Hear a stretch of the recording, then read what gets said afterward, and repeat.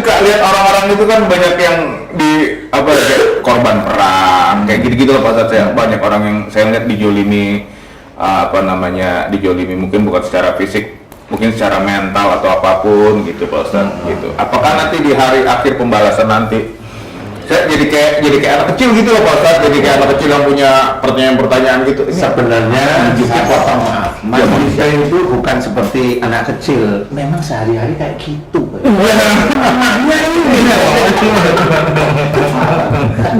Kalau anak-anak lagi diinak. Memang begini Mas. Jadi kalau Mas ini melihat sesuatu itu kesannya kayak di waktu itu, di tempat itu, hanya itu. Iya. Jadi mulai sekarang biasakan mundur lagi. Apa yang dikerjakan mereka.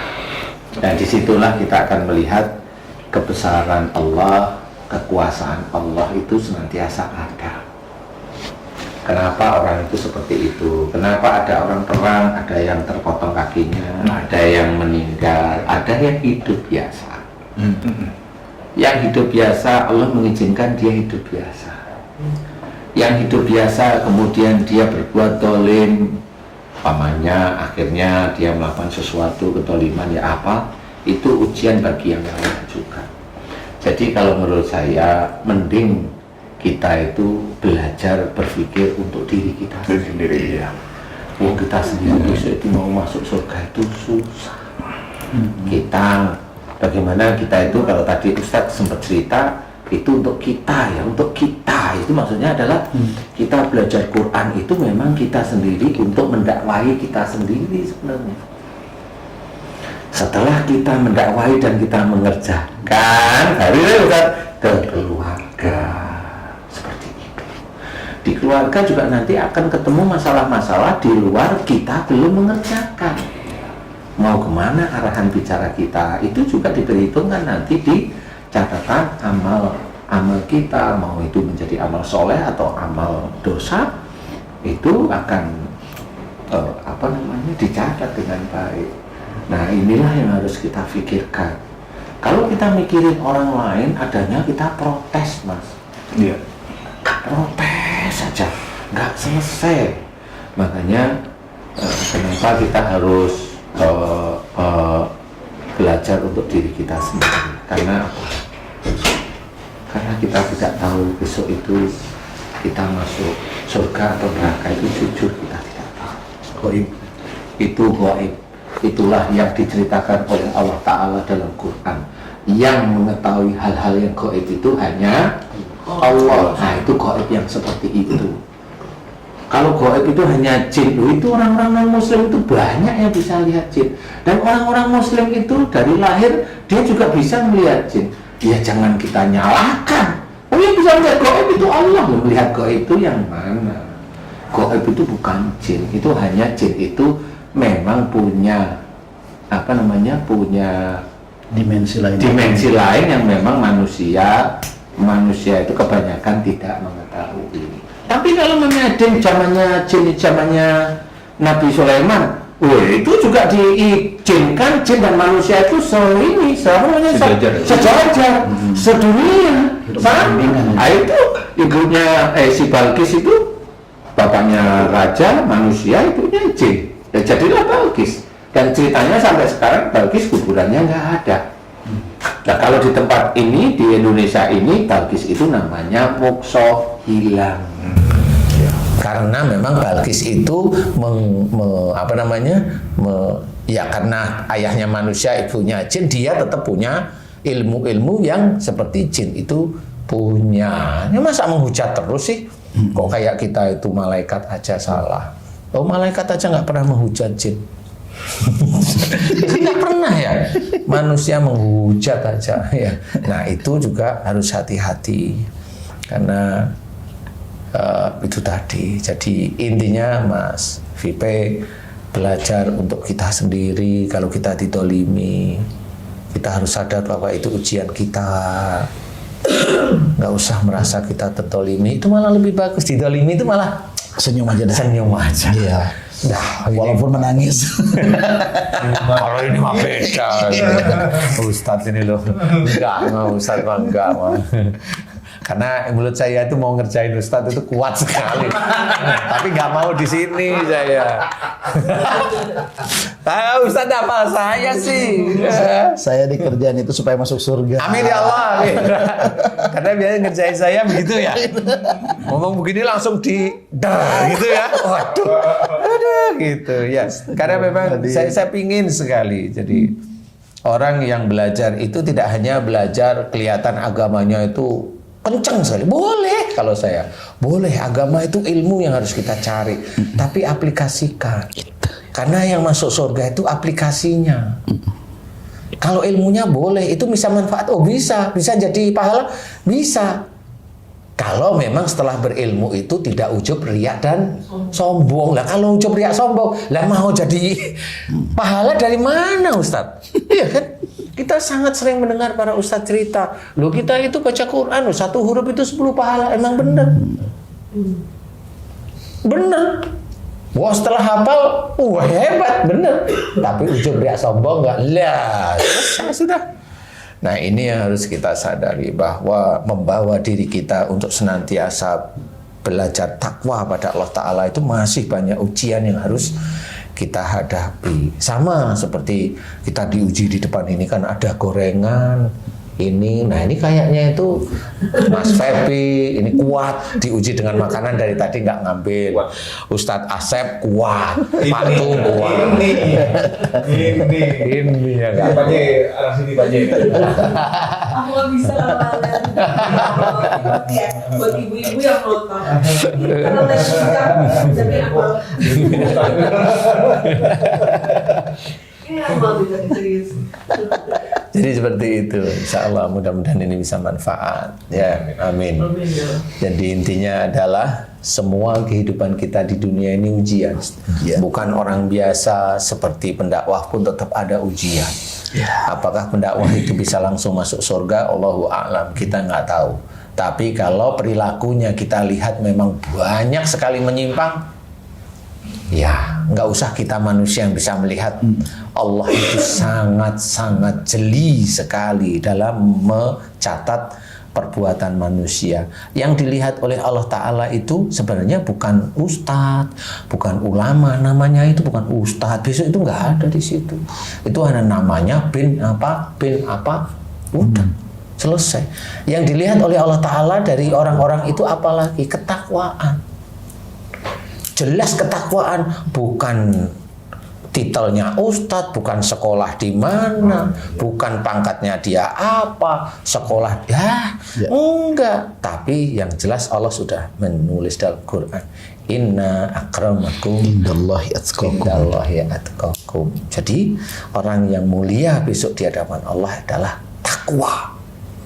Kunci mau dia turunan siapa, dia turunan budak pun kalau dia takwa pada Allah Ta'ala, insya Allah dia akan masuk surga.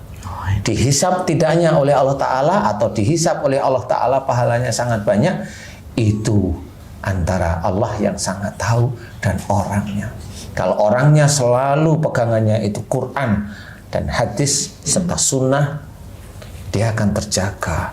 Dan apa yang dikatakan dia jaga benar-benar, jangan sampai salah. Pada saat dia melakukan suatu kebaikan, dia jaga agar tidak ujub, tidak riya. Itu sulit sampai akhir hayatnya, itu sulit sekali baru seperti itu. Jangan umpamanya kita sebagai imam laki-laki di keluarga, istrinya lagi ngomong jelek sedikit, langsung kamu itu tidak melihat saya, aku imammu, kamu harus nurut kepadanya. Ya nggak boleh juga. Itu akan menjadi dolim juga. Gantian dibalik. Tahu laki-lakinya itu lembek, istrinya, wah, kamu itu manut sama saya, Thomas. Ya nggak boleh juga seperti itu. Islam itu memang semuanya diatur, ada posisinya. Nah, inilah yang menjadikan kita takwa atau tidak. Ya di titik-titik itu yang paling kecil ya, saja itu paling kecil dulu ya.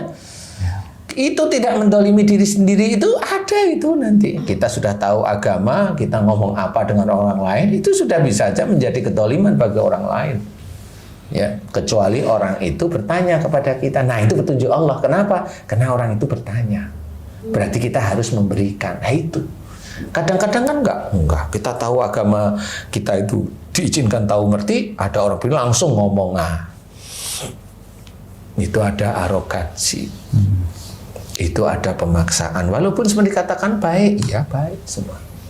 Tapi apakah itu bisa dinilai baik oleh Allah? Wallahu a'lam. Kita lihat aja cara-caranya. Habis gitu pasti dia ngomong, aku tadi lihat penjudi tak suruh dia sholat. Lah, kan ujung dia udah sombong. Dia merasa dia itu sering ke masjid, jadi begitu lah. Sudah selesai. Mau apa lagi? Kemudian dia tiap hari tidak tahu kalau begitu itu dilarang oleh Allah Ta'ala. Dia tidak tahu. Karena dia taunya hanya sholat. Ya susah. Ya memang dihitung sholatnya. Ya kalau sholatnya itu dianggap oleh Allah Ta'ala baik. Kalau enggak, kita nggak tahu juga. Selesai lagi. Ya kan susah. Orang lagi sholat aja inget hutang. Terus gimana?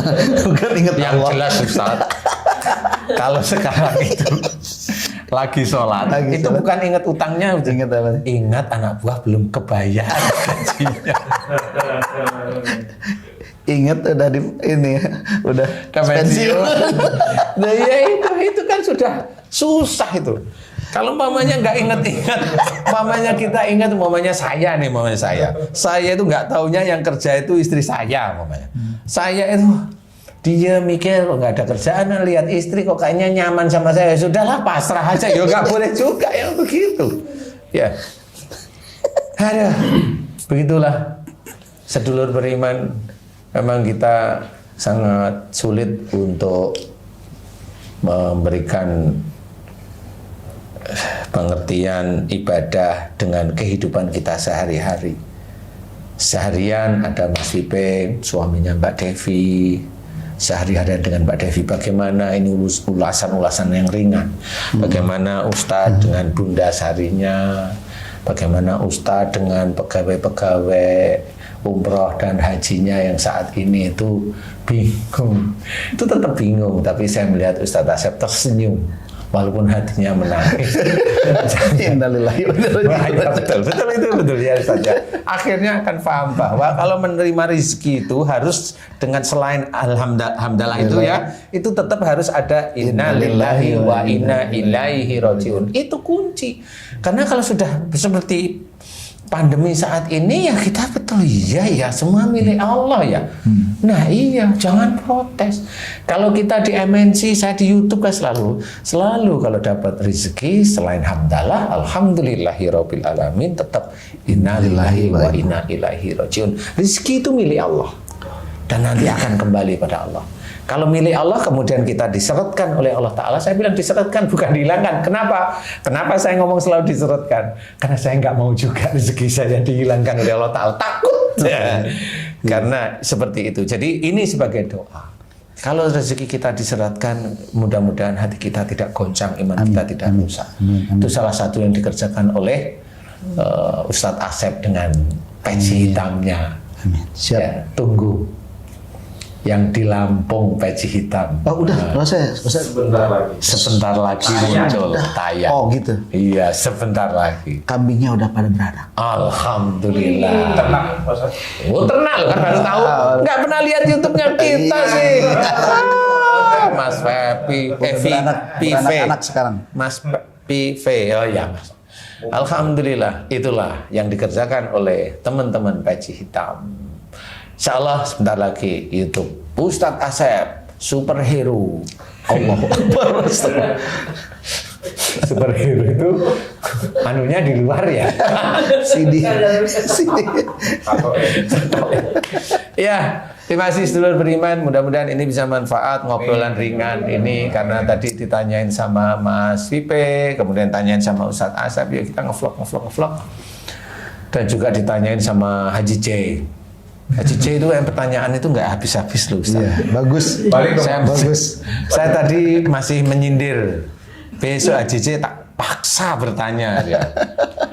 Begitu sedulur beriman, mudah-mudahan kita senantiasa diberi kesehatan oleh Allah Ta'ala. Amin ya Allah. Amin. Kita juga dijauhkan dari COVID. Bagaimanapun juga COVID ini beredar di sekitar kita. Tetap berdoa apa? Titip job ngalir lagi Pak Ustaz. Amin, amin, amin. Banyak berhenti Pak. Maksudnya Mas VP ini job. Saya semua amin, amin. Gini pertanyaan saya tuh terakhir ya, Mas Pepe, nyari kerjaan atau nyari uang? Karena banyak kerjaan yang tidak ada uang. Kalau dibahas lagi masih panjang. Jangan ya, jangan. Besok. Begitu, guys. Sedulur beriman semuanya, mudah-mudahan manfaat. Memang ini agak guyon-guyon sedikit, bercanda-bercanda sedikit ini biar kita tidak tekan, karena jujur kita sendiri dalam mengaplikasikan, mengerjakan ibadah-ibadah pada Allah Ta'ala, jujur memang kesulitan. Karena apa? Tujuan kita itu adalah bagaimana kita bisa diridhoi oleh Allah Ta'ala masuk surga. Itu tujuan kita. Memang itu susah.